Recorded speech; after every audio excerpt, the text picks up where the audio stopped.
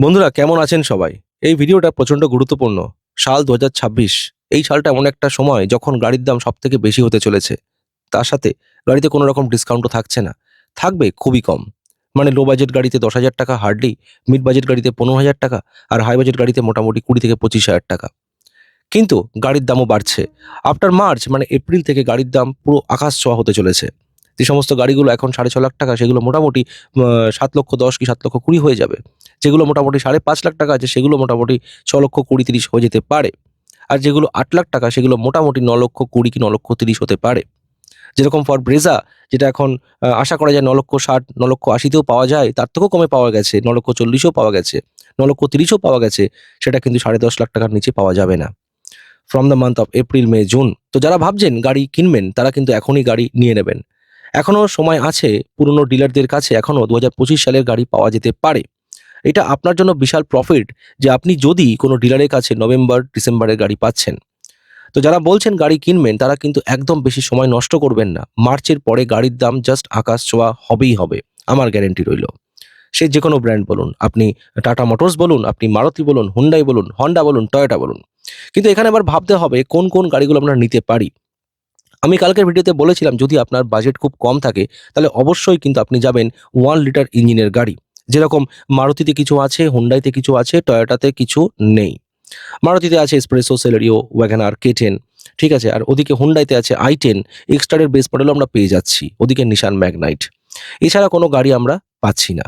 তো যদি আপনার বাজেট খুবই কম থাকে, আপনি চোখ বন্ধ করে আমি প্রচুর ভিডিওগুলো বানিয়েছি, যেগুলো বেসিক গাড়ির ওপরে, যেরকম এসপ্রেসোর আপনারা VXI নিতে পারেন অথবা এসপ্রেসোর VXI প্লাস নিতে পারেন। এসপ্রেসোটাকে কিন্তু আপনারা খুব একটা ভিড়ভাড়ে চালাবেন, কিন্তু হাইওয়েতে খুব বেশি জোরে চালাবেন না, বিকজ ওটাতে বডি রোল আছে। যদি মনে হয় K10 নেবো, তাহলে K10 এর VXI অথবা VXI প্লাস হচ্ছে সবথেকে বেস্ট ভ্যালু ফর মানি। নিতে পারেন, কোনো অসুবিধা নেই। ওয়াগনার ওটার কিন্তু অনলি VXI নেবেন, সেলেরিওর ZXI নেবেন। যদি বাজেট কম থাকে VXI নেবেন। এবার যারা বলছেন যে হুন্ডাইয়ের গাড়ি রাকেশ দা কিরকম হতে পারে? আমি কিন্তু বারবার বলে এসেছি হুন্ডাইয়ের গাড়ি কিন্তু খুব ভালো। এখনো i10 এক্সট্রার প্রাইস কম চলছে। এবার হুন্ডাই আর মারুতি এই দুটোর ভেতরে কিন্তু দুটোই মোটামুটি same to same build quality. এবার একটা খুবই গুরুত্বপূর্ণ তথ্য ভালো করে শুনবেন আর বুঝবেন। এই যে মারুতি আর হুন্ডাই আপনারা জিনিস খেয়াল করে দেখেছেন? ইউটিউবে মারুতি ওয়াগনার, তারপরে অল্টো এগুলোকে টিনের ডিব্বা বলা হয়। কিন্তু হুন্ডার i10 কে টিনের ডিব্বা বলা হয় না। হুন্ডার এক্সট্রাকে টিনের ডিব্বা বলা হয় না। আপনার কি মনে হয় সেগুলো খুব হার্ডি? একদমই নয়। আপনি যদি পারেন তাহলে একই দিনে মারুতির শোরুমে যাবেন, হুন্ডাই শোরুমে যাবেন। ওয়াগনারের যে বডি আছে পুরো বডিটাকে হাত দিয়ে দাবিয়ে দেখবেন, ২ টো আঙুল থেকে ৩ টে আঙুল দিয়ে। দেখবেন কোথায় দাবছে ওটা। তারপরে সেই দিনই কিছুক্ষণের মধ্যে আপনি হুন্ডাই শোরুমে পৌঁছাবেন। গিয়ে দেখবেন i10 এর যে বডিটা আছে সেটাকেও দাবিয়ে দেখবেন। আপনি দেখতে পাবেন ওয়াগনারটা একটা হাত লাগছে দাবাতে গিয়ে। কিন্তু i10টাকে আপনি ৩ আঙুল দিয়ে দাবিয়ে দিচ্ছেন। কিন্তু তবুও কিন্তু i10 এর কোনো রকম বদনাম হয় না। এটা কেন? কারণ এই আমাদের মতো যারা ইউটিউবার আছে, যারা একটু বড় ইউটিউবার, তারা একটু প্রমোট করে, তাদেরকে অনেক অ্যাং-ব্যাং-ছ্যাং কোম্পানি আসে আর তাদের গাড়িকে প্রমোট করতে বলে আর মারুতির গাড়িকে বদনাম করতে বলে। কারণ যে গাড়িগুলো সবথেকে বেশি বিক্রি হয়ে আসছে ২০-৩০ বছর ধরে সেগুলোকে বদনাম করার জন্য।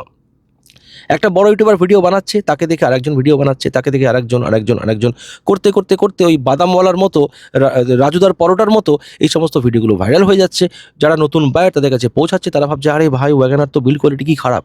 তো অ্যাকচুয়ালি যে গাড়িগুলো সবথেকে বেশি বিক্রি হয় সমস্ত অ্যাং-ব্যাং-ছ্যাং কোম্পানি, যাদের গাড়ির মেশিনপত্র খারাপ, তারা সবাই একসাথে মিলে যে গাড়িগুলো বেশি বিক্রি আর যেগুলো ড্রাইভাররা, যেগুলো মেকানিকরা পছন্দ করে সেগুলোকে বদনাম করা হচ্ছে ইউটিউবে। আমার কাছে না এরকম মেল রেগুলার আসে। আপনারা কি ভাবছেন আমার কাছে স্পন্সরশিপ আসে না? আমার কাছে অ্যাডভার্টাইজমেন্ট আসে না? আমার ফেসবুকে ১৭ লক্ষ ফলোয়ার, ইনস্টাগ্রামে ৪ লক্ষ, ইউটিউবে ৪ টে চ্যানেল।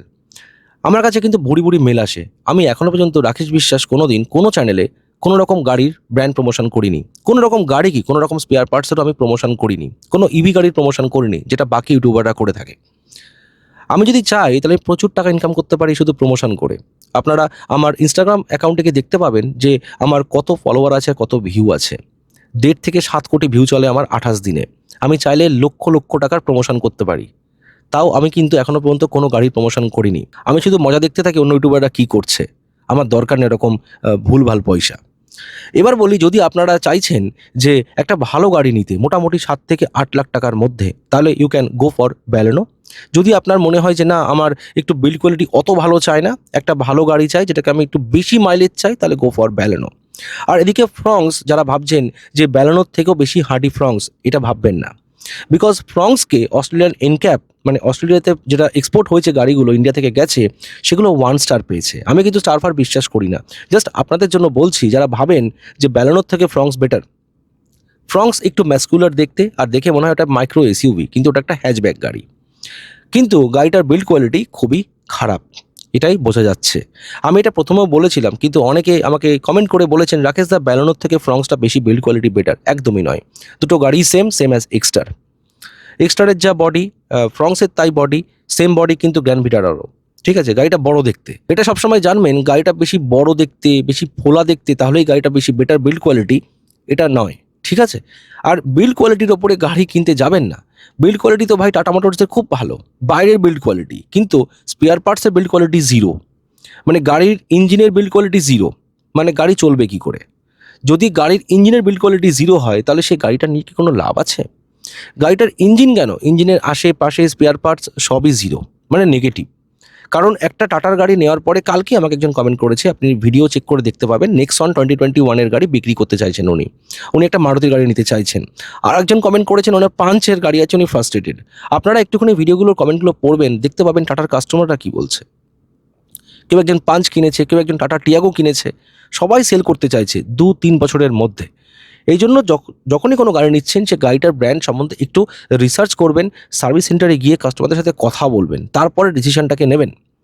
এবার যদি আপনার বাজেট 7 লাখ টাকার আশেপাশে থাকে, গো ফর ব্যালেনো, চোখ বন্ধ করে। বিকজ ব্যালেনো আপনাকে মাইলেজ দিচ্ছে, আর ব্যালেনোর মাইলেজ আর ফ্রংসের মাইলেজের ভেতরে আকাশ পাতাল পার্থক্য। ব্যালেনো যেখানে ভিড় ভাড়ে আপনাকে দেয় 14-15, মোটামুটি 13 থেকে 16, আর সেখানে ফ্রংস দিচ্ছে মোটামুটি 10 থেকে 11 ম্যাক্সিমাম।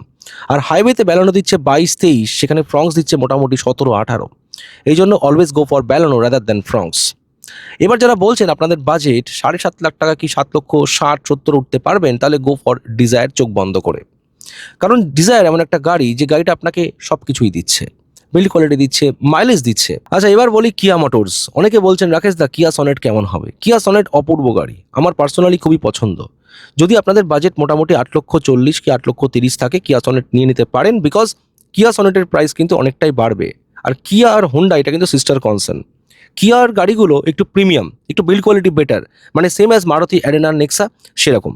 মানে আপনি যদি এখন i20-র বডিটাকে ঠিক করে দেখেন, প্রত্যেকটা বডির চাদর মানে দাবিয়ে দাবিয়ে দেখেন, তারপরে কিয়া সোনেটের বডি দেখেন, আপনি দেখতে পাবেন কিয়া সোনেটের বনেট ভারী, কিয়া সোনেটের গেট ভারী, কিয়া সোনেটের যে বডির চাদর সেটাও একটু বেশি মোটা, এরকম 2 আঙুলে দাবছে না। কিন্তু হুন্ডার এক্সটারের যে বডি খুবই পাতলা।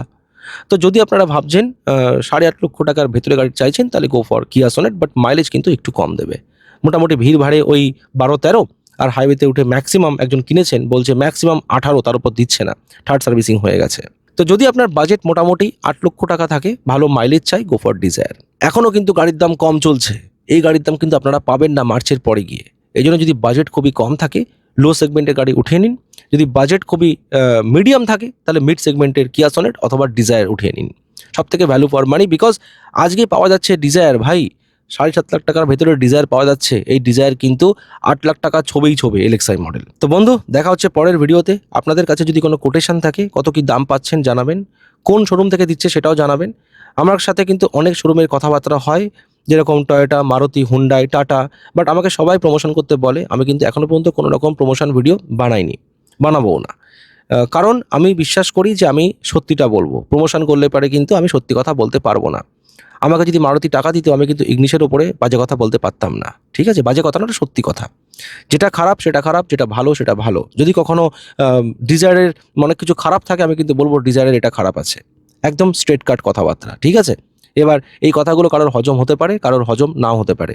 আর যারা যারা এই ভিডিওতে নতুন এসেছেন, তারা কিন্তু অবশ্যই চ্যানেলের প্রচুর ভিডিও আছে, সেগুলোকে চেক করবেন। দেখা হচ্ছে পরের ভিডিওতে। Till then, take care, safe drive and save life. Bye bye guys.